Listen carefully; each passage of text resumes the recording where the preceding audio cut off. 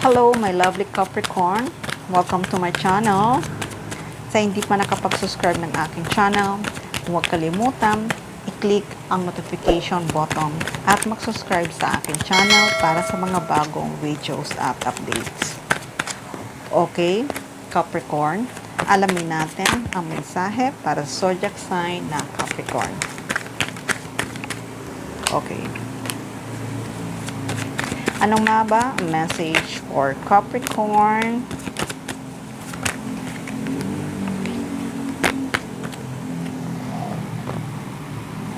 Ten of Swords, Eight of Swords, the Hierophant, Nine of Wands, Four of Wands, the Magician, Knight of Pentacles, the High Priestess, and the Three of Swords.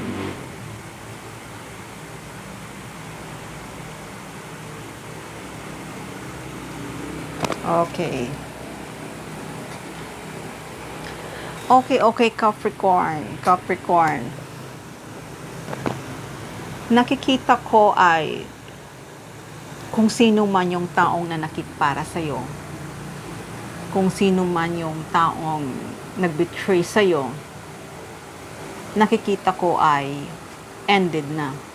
Itong pagkakatrap mo to sa isang relationship mo, maaari kasing may isa kang relationship na hindi ka makaalis sa kanya, or maaari itong ay isang marriage na kayong dalawa ay nagkaroon ng hindi magandang pagsasama.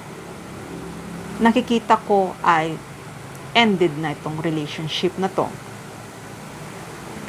Nakikita ko na itong pagkakatrap mo to sa isang relasyon ay isang ended na. Pero, wag mong iisipin na itong ended na to ay wala nang magandang positive na mangyayari. Kahit na nasasaktan ka sa mga nangyayari sa iyong pamilya, nakikita ko naman na magiging stable ang buhay mo. Kahit na gusto mo na maging single, nakikita ko ay magiging maganda pa rin ang buhay mo. Kasi nakikita ko na ikaw ay kahit na single ka sa ngayon, nakikita ko na talagang maganda pa rin ang career mo, maganda pa rin ang buhay mo, at maganda pa rin ang kung ano man yung ginagawa mo sa ngayon, nakikita ko ay magiging maganda.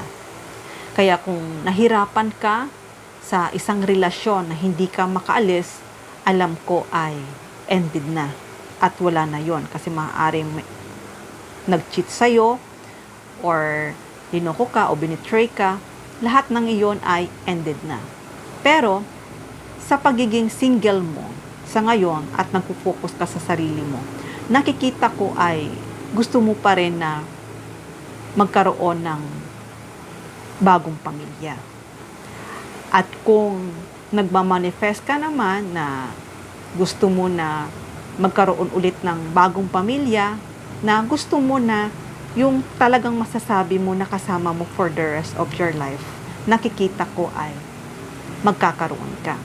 Kaya kung ano man yung heartache na napagdaanan mo dati, kung ano man yung dating naranasan mo, alam ko ay ended na.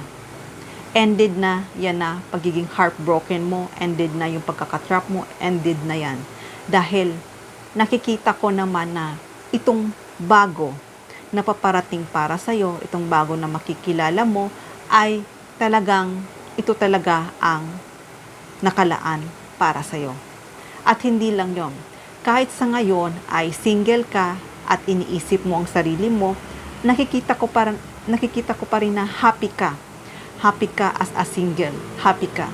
Pero kahit na masaya ka ngayon as a single, nakikita ko pa rin na gusto mo pa rin na magkaroon ka ng pamilya na alam mo na nandiyan para sa'yo kapag kailangan mo ng kausap, kailangan mo ng masasandalan, nakikita ko ay magkakaroon ka pa rin ng pamilya.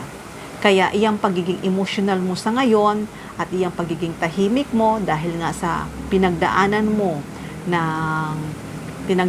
mong heartbroken, alam ko ay ended na yan. Kaya itong darating para sa'yo na alam ko na naghihintay ka pa rin, na pagbuksan ka, naghihintay ka pa rin na magkaroon ng isang pamilya, nakikita ko ay yun nga na magkakaroon ka, na isang celebration na to na kay tagal mo na tong pinangarap na maging masaya ka. Kasi kung yung past mo na hindi ka naging masaya sa karelasyon mo, ay nakikita ko na hindi mo na talaga yon babalikan. Ended na talaga yon at ayaw mo nang bumalik pa doon sa kanya.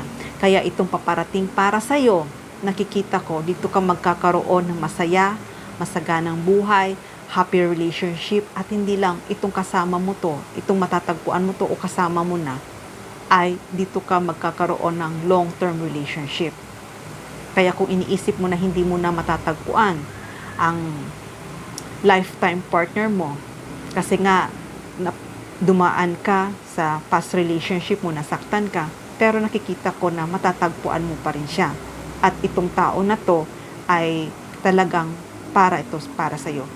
Kaya alam ko na kahit single ka, alam ko na nangangarap ka pa rin na magkaroon ka ng pamilya na kung saan ay yung pamilyang totoo para sa iyo.